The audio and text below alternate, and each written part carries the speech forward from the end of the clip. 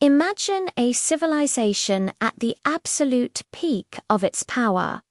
This was ancient Egypt, the strongest nation on earth. Its armies were feared across the known world. Its kings, the pharaohs, were not just rulers. They were worshipped as living gods. The Egyptian people, secure in their might, believed nothing could ever touch them, that their empire was eternal. But they were profoundly wrong.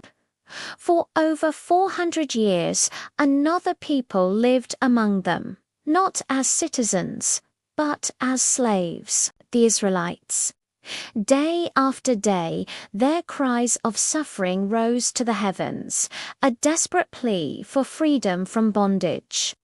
And their God heard them.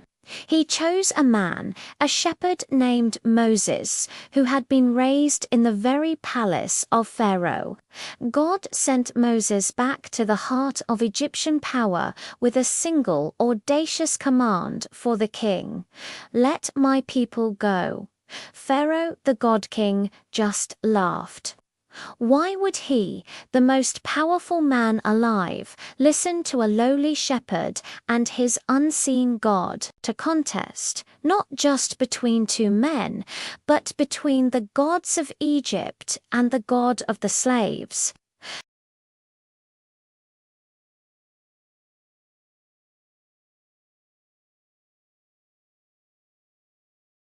The first blow struck at the very heart of Egypt, the Nile River.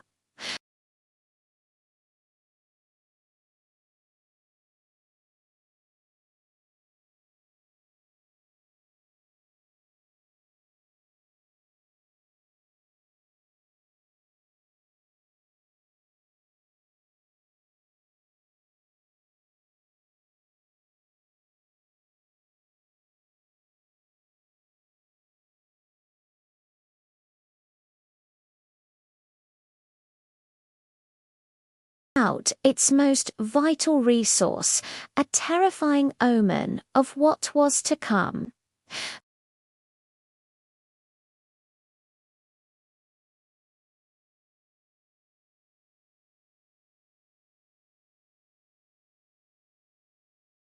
Next came the frogs.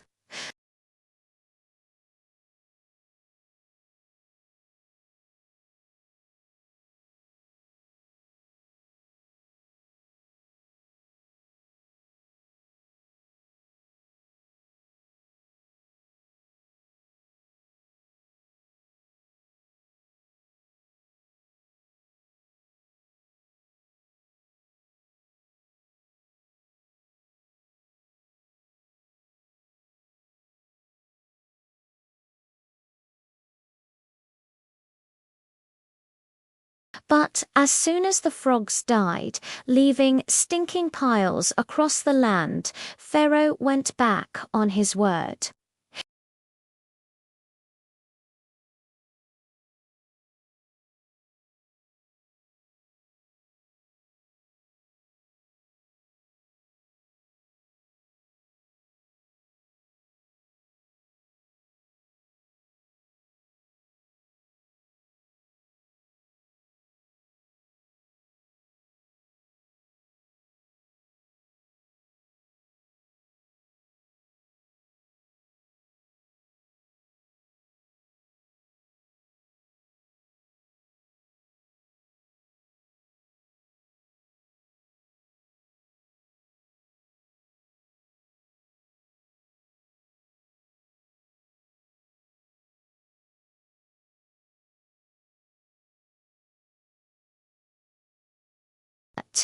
They were thick, buzzing clouds of filth that descended upon the homes of the Egyptians, contaminating their food and spreading disease.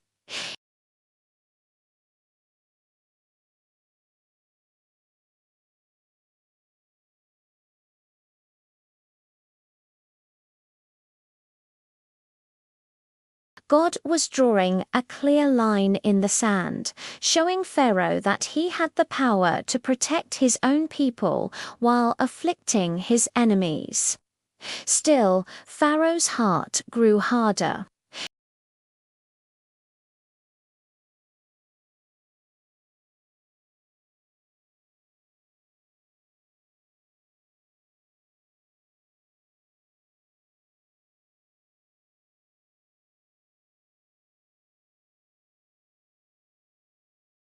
The fields were littered with carcasses. Wealth that had been built over generations vanished in a single day.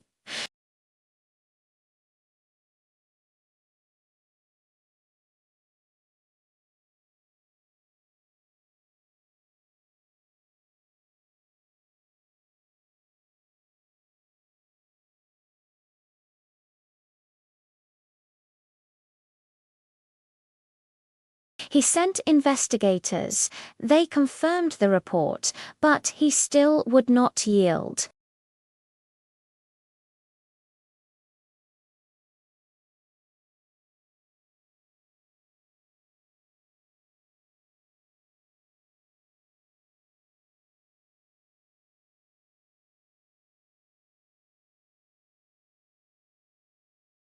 The pain was immense.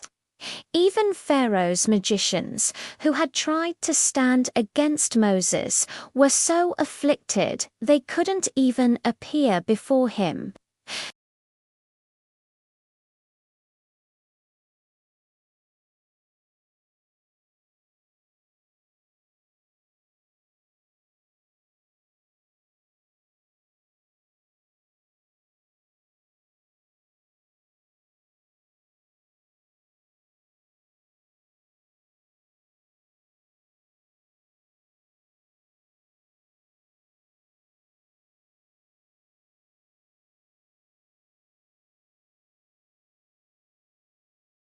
The hailstones were massive, and they were mixed with fire, a raging inferno that ran along the ground.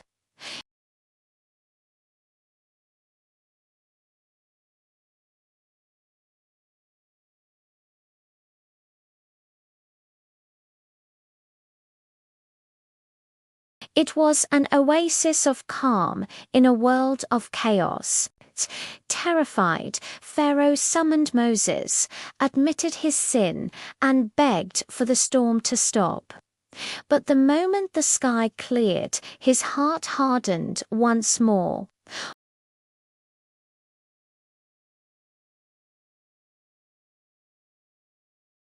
The eighth plague arrived on an east wind, a swarm of locusts.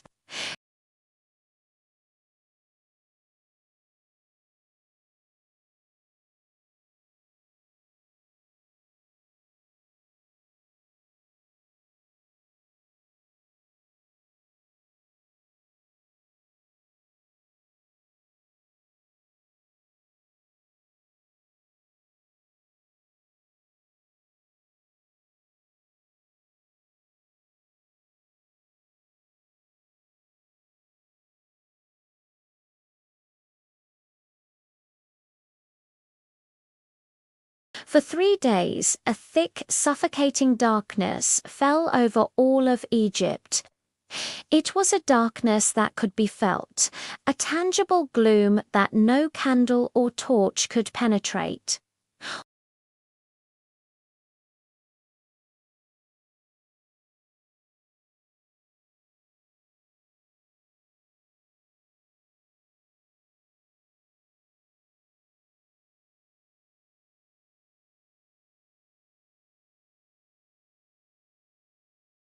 Lives continued as normal, a stark contrast to the terror gripping the rest of the nation. Pharaoh was at his breaking point, but his pride was not yet broken.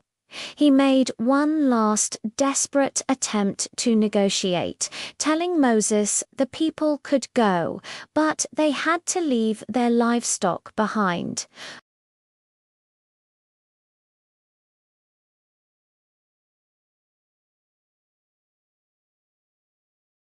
He exploded in rage, threatening Moses with death if he ever saw his face again.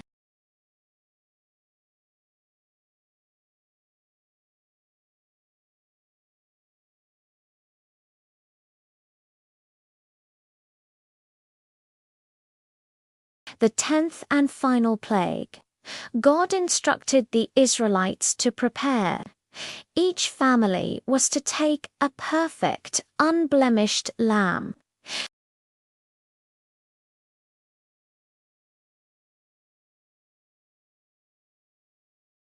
That night they were to roast the lamb and eat it with bitter herbs and unleavened bread, dressed and ready to leave at a moment's notice. That night the angel of death swept through the land of Egypt. In every house not marked by the blood of the lamb, the firstborn son died. No one was spared. From the son of Pharaoh, the heir to the throne, to the firstborn of the lowest prisoner in the dungeon, and even the firstborn of the livestock. A great cry of grief rose from every Egyptian home, a wail of anguish that echoed across the entire nation. But where the angel saw the blood on the doorposts, it passed over. Not a single Israelite was harmed. The final blow had landed. Pharaoh's own son lay dead. His heir was gone. His pride was shattered. His nation was broken.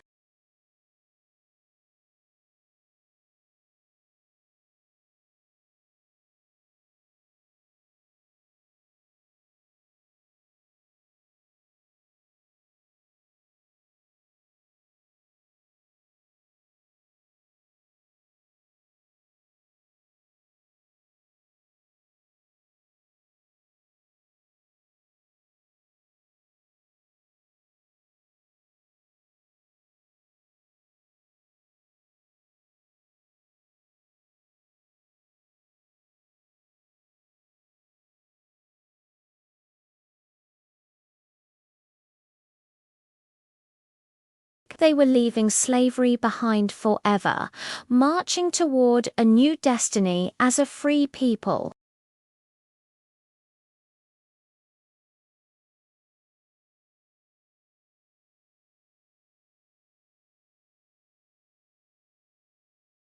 Thanks so much for watching. If you found this story as powerful as I do, please hit that like button